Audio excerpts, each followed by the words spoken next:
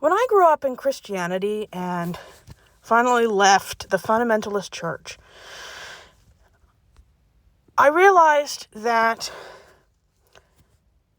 the idea of gender equality and gender entitlement was a real problem. Now, I'm going to put in here for people who just don't want to hear about this or it makes them uncomfortable. I'm going to put a trigger warning in this video because we're going to be talking about one of the darkest secrets in Christianity. We've already talked about how Christianity sets up a dynamic where children are most likely to be assaulted, harmed. We're going to talk about another dynamic that sets women up to be manipulated, abused, and assaulted. This is what we will be calling marital rape. 1 out of 5 assaults against women committed by men are by domestic partners. Every 10 minutes in America, women are unalived and killed by the people who should be protecting them and treating them with decency, honor, and protecting them. We have a domestic violence problem, and I will never say that it does not exist in the LGBTQIA community, within their relationships. It exists everywhere. 95% of all predators in most domestic violence situations are in straight man-on-woman violence. What is the most relative, it's not the oldest religion, but it's sure the most influential. What does Christianity have to say about this? Well, up until recently, more than 20 years ago, it was legal for a husband to force himself on his wife. And in some cultures, even today, when there's a big power imbalance between the wife and the husband, specifically in countries where men buy little girls, Africa, Europe, Asia, and even in the United States, it's very prevalent in the Midwest. There is still an entitlement. When a man marries a woman in a heterosexual union, she takes his name. That is a symbol of property, ownership. Even if the states and countries you get married in do not accept male ownership of women, there's still a big social expectation that women will take a man's name. These traditions were actually at one time the law. Laws that erased women within marriage, that they were the property. And it may not be legal to own a woman, but if a woman does things that goes against what her gender expectation and role is, she's punished. Sometimes she dies. Men still believe they are owed sex. That if you play your cards right, you'll get what you want. American consumerist culture treats dates and any form of heterosexual interaction as a potential to get laid. I'm not judging people. Get laid, do whatever you want. Consensually with adults. Perfectly fine.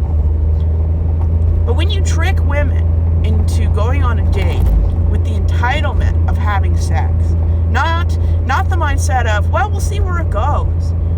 Maybe we find each other attractive. That's not what I'm talking about. There is a good percentage of men who go on dates with 100% expectations that they cults, they will punish women. They will kill them.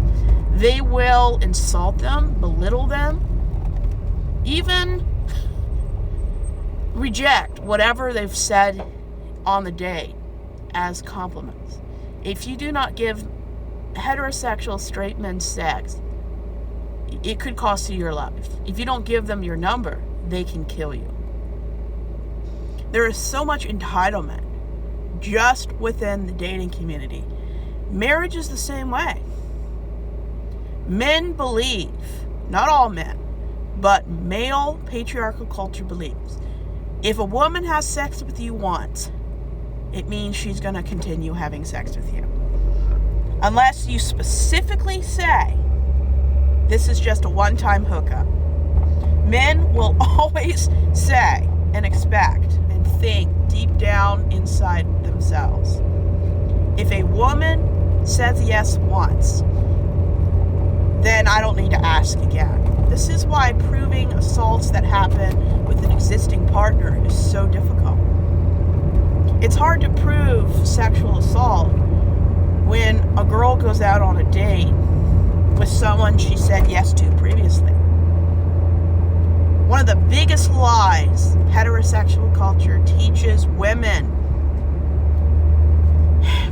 is that you will be assaulted by somebody you don't know. This is not factually accurate. Like abductions and murders, you are most likely to be raped by somebody you trust, somebody you're dating, somebody you're in a relationship with, a husband, a father, a brother, an uncle, somebody you have an intimate relationship with, at least platonically or romantically. It's not a stranger waiting for you in the middle of an alley. The odds of a stranger doing that is as likely as winning the lottery. Abductions just don't happen to people by strangers. And don't get me wrong, I'm sure it happens somewhere, because there are caveats. Of course there are. There are creepy pedophiles out there that will take your child. 9 out of 10 assaults are by people you know, by people you trust, people you're probably living with. That's why the most dangerous place for any woman is in her own home. That's where most women die. And how does Christianity, religion, the Bible, how does this community respond to assaults and people who've been victimized? They respond by voting and supporting a legally recognized rapist known as Donald Trump. They will vote for people on an Epstein list. That's how Christianity responds to rape. The whole marriage relationship of a biblical wife is that unless both people agree, you cannot say no to sex. You don't think that creates a dynamic that makes women afraid to state their own desires? And if it's not a desire to have sex or the way he wants it, good luck having that conversation. Biblical marriage has always been, until very recently, between one man and multiple wives. Some of them weren't even free. We call them concubines. Biblical marriage is not between a man and a woman. It's just not. The biggest biblical leaders in biblical history were polygamists. They believed in multiple wives, multiple sexual partners. There's very little consent ever mentioned in the Bible, which is kind of terrifying if you think about it.